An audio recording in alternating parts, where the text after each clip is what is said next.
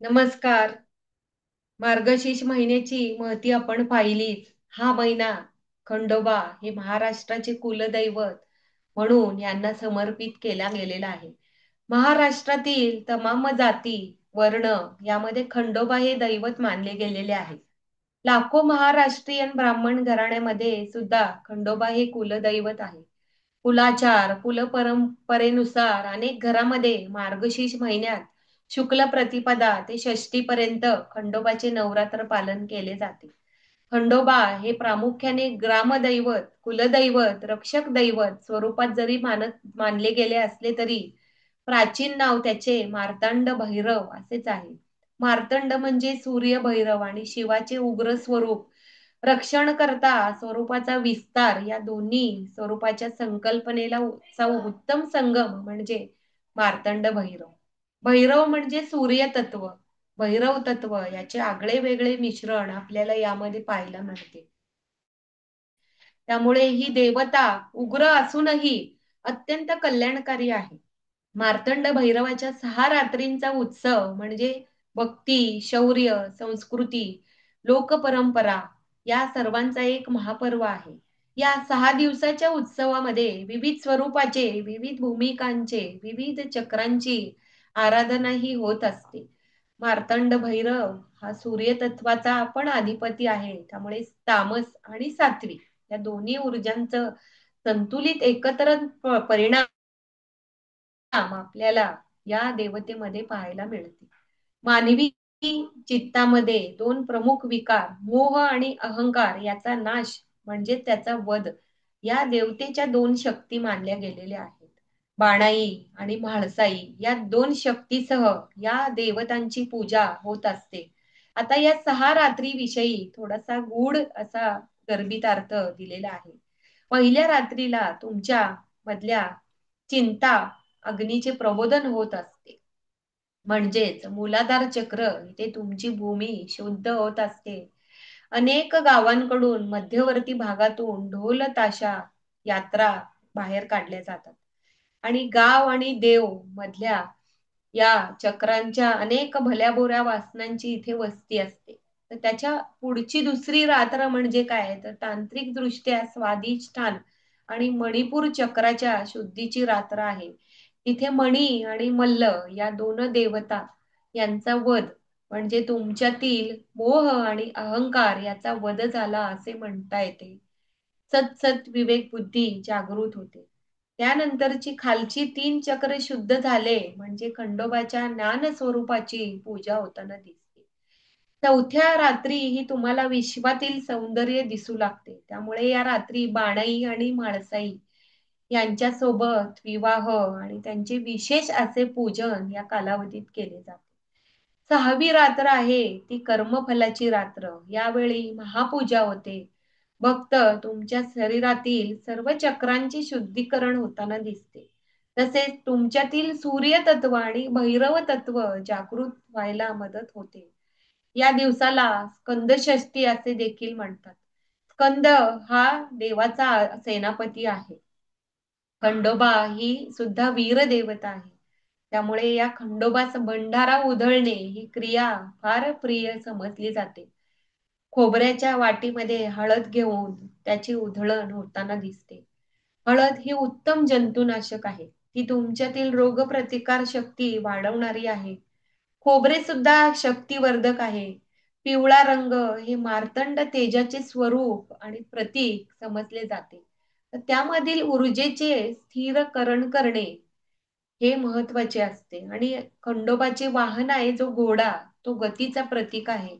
या ऊर्जेला वेगाने चालवण्याचे प्रतीक म्हणून खंडोबाला हळदीचे युक्त खोबरे वाहणे हे महत्वाचे समजले जाते. ही जी शक्ती आहे तर त्याचप्रमाणे धातूचा पितळ, चांदी, सोने आणि प्रत्यक्ष घोडा अर्पण करणे असे देखील काही नवस केले जातात. ऊर्जेला वेगाने चालवण्याचं प्रतीक म्हणून खंडोबाला हळद, खोबरे या सर्व गोष्टी तर वाहिल्या जातातच. त्याचबरोबर घोडा हे देखील अर्पण केले जाते. भैरवामध्ये असलेली ही तांडव शक्ती, तेज, विनाश आणि पुनर्निर्मिती अशा 5 तत्वाची जागृती या खंडोबाच्या 6 रात्रीमध्ये आपल्याला पाहायला मिळते. त्यामुळे इथे एकट्या या खंडोबाची पूजा आपण करत नाही, तर त्यासोबत बाणाई आणि म्हाळसा ह्या 2 शक्तीच्या प्रतीक असणाऱ्या त्याच्या पत्नी त्यांचं देखील आपण पूजन करतो. सूर्यशक्ती, भैरव शक्ती ह्या तिन्ही आपल्या या खंडोबामध्ये समाविष्ट आहेत. अंतरंगातील 6 शत्रूंचा नाश जर आपण केला, तर आपल्याला निश्चितच प्रबोधनात्मक प्रकाश आपल्याला मिळताना दिसतो. म्हणून हे खंडोबाचे नवरात्र हे महत्त्वाचे आहे. मार्गशीर्ष महिन्यामध्ये बऱ्याच गावांच्या जत्रा, यात्रा ह्या देखील आपल्याला पाहायला मिळतातच. तर महाराष्ट्र बरोबरच कर्नाटक भागात देखील खंडोबाची प्रत्यक्ष जागृत अशी स्थळे आहेत. तर सोलापूरला बाळे हे खंडोबाचं जागृत स्थान आहे. त्याचबरोबर उस्मानाबादला देखील खंडोबाचे जागृत स्थान आहे. कर्नाटकात मैलार म्हणून हे गाव आहे गुलबर्ग्याजवळ. तर तिथे देखील जागृत खंडोबा आपल्याला पाहायला मिळतो. स्वामी समर्थान अक्कलकोट भूमीमध्ये देखील खंडोबाचे मंदिर आपल्याला पाहायला मिळते. प्रत्यक्ष स्वामी समर्थांनी देखील या खंडोबाच्या मंदिरामध्ये आश्रय घेतलेला आहे. एवढेच काय तर शिर्डीच्या साईबाबांनी देखील खंडोबाच्या मंदिरामध्ये आश्रय घेतलेला आहे. प्रत्यक्ष त्यांचे प्रथम प्रगटीकरण आपल्याला या खंडोबाच्या मंदिरातच पाहायला मिळते. असे हे म्हाळसापती खंडोबाचे हे नवरात्र हे आपण ह्या मार्गशीर्ष महिन्यामध्ये 6 दिवस साजरी करतोच. तर चंपाषष्ठी ज्या वेळेला उद्यापन करतो, चंपाषष्ठीच्या दिवशी बाजरीचे उंडे, नंतर बाजरीच्या भाकरी, लोणी, त्याचबरोबर अ, गूळ आणि शेंगा याच्या पोळ्या आपल्याला या कालावधीमध्ये केलेल्या नैवेद्यासाठी आपण अर्पण केलेल्या पाहतोच.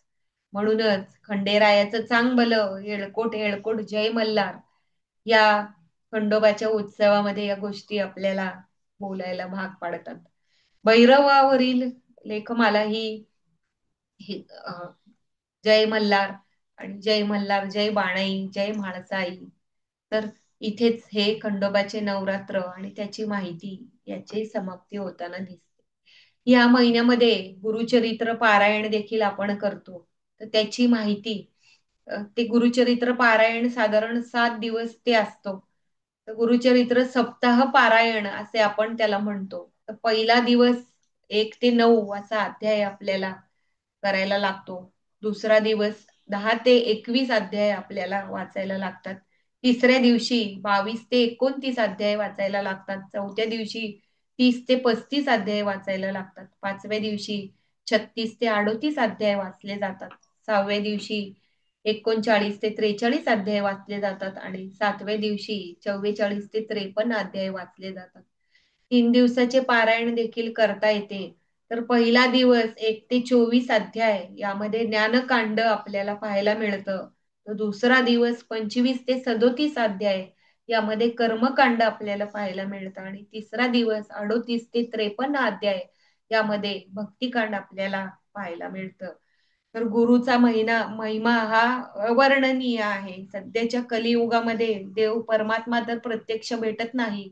ही गुरुचीच कास पकडायला लागते. तर जिथे आपण देवापर्यंत किंवा परमात्म्यापर्यंत लवकर पोहोचू शकतो. तर हा मार्गशीर्ष महिना गुरुचरित्र पारायण करण्याच्या दृष्टीने देखील महत्वाचा आहे. साधारण पौर्णिमेला हा दत्त जन्म आपल्याला पाहायला मिळतो आणि पारणे देखील दुसऱ्या दिवशी केले जाते. तर अशा रीतीने हा चंपाषष्ठी आणि गुरुचरित्राची महती आपल्याला निश्चितच आवडेल. तर चॅनलवर विविध माहिती अशीच आपल्याला पाहायला मिळेल. तर नक्कीच लाईक आणि सबस्क्राईब करायला विसरू नका. आपल्या मित्रमंडळींना देखील सांगा. तर धन्यवाद.